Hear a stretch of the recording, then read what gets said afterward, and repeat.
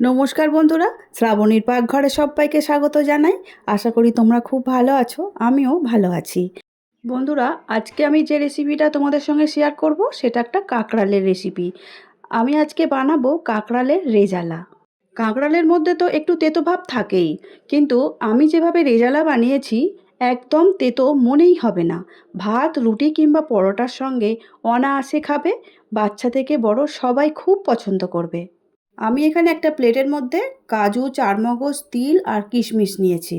আর 6 piece কাঁকরোল নিয়েছি। খুব ভালো করে প্রথমে ধুয়ে নিয়েছি, তারপর টুকরো টুকরো করে পিস করে নিয়েছি। দেখতেই পাচ্ছ যে কাঁকরোলগুলো একটু দানা বেশি হয়ে গিয়েছিলো, মানে বড় হয়ে গিয়েছিলো, সেই দানাগুলোকে ফেলে দিয়েছি।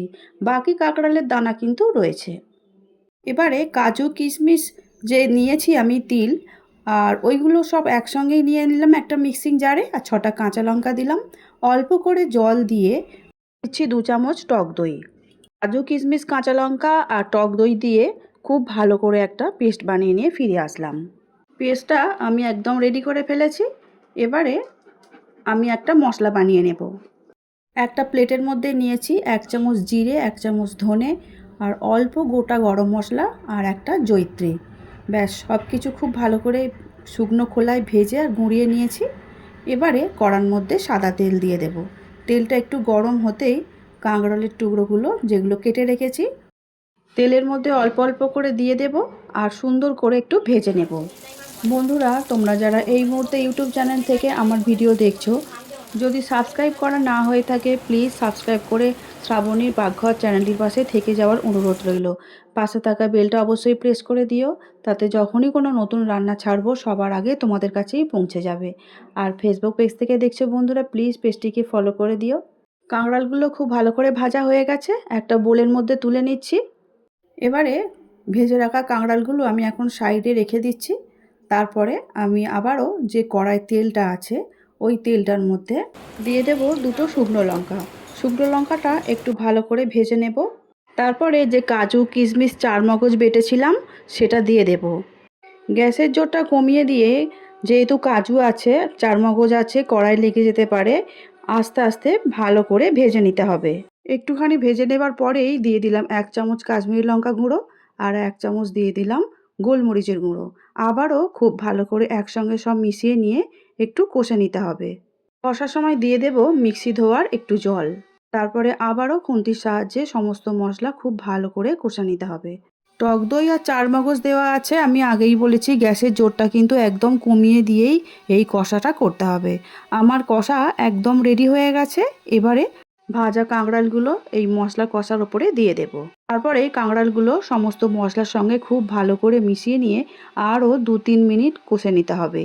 আমাদের কিন্তু মশলার সঙ্গে কাঁকড়াল কষা একদম রেডি হয়ে গেছে। এবারে পরিমাণ মতো জলটা এখানে দিয়ে দিতে হবে। কতটা গ্রেভি রাখবে সেই অনুযায়ী জল দিতে হবে। আর আমি এখানে একটু গ্রেভি গ্রেভি করব, ঝোল তো হবে না। মিক্সির বাটি দেওয়া জল 1 বাটি দিয়ে দিলাম। দিয়ে আবারও খুব ভালো করে খুন্তির সাহায্যে মশলার সঙ্গে মিশিয়ে নেব জলটা আর কাঁকড়াল ভাজাগুলো খুব ভালো করে মিশিয়ে নিচ্ছি। এখন দিয়ে দিচ্ছি পরিমাণ মতো নুন।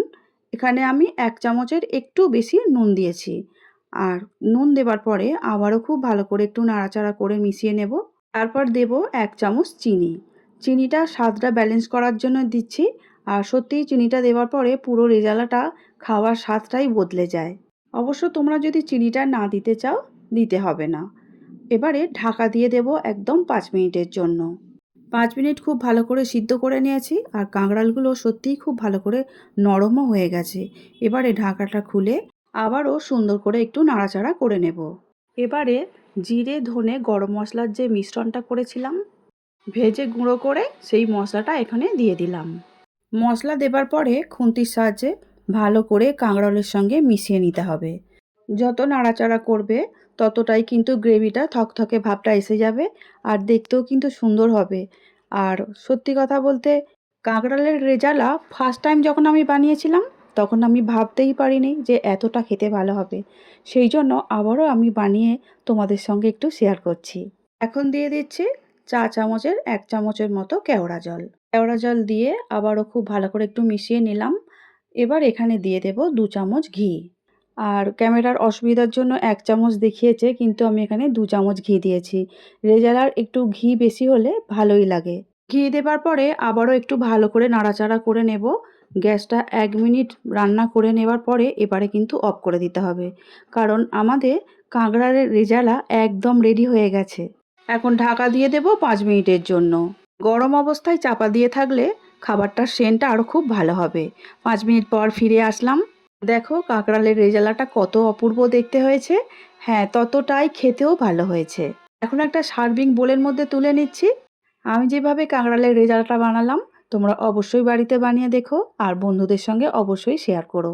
আমার রেসিপিগুলো যদি তোমাদের ভালো লেগে থাকে তাহলে অবশ্যই কমেন্টে জানিও। আর আজকে কাঁকড়ালের রেসিপি কেমন লাগলো তোমাদের সেটা কিন্তু অবশ্যই কমেন্টে জানিও।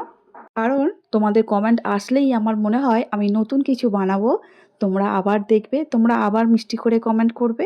আজকে তাহলে আসছি, দেখা হবে অন্য দিন নতুন রেসিপি নিয়ে। সবাই খুব ভালো থাকবে, সুস্থ থাকবে। আমার ভিডিওটা এতক্ষণ দেখার জন্য অসংখ্য ধন্যবাদ।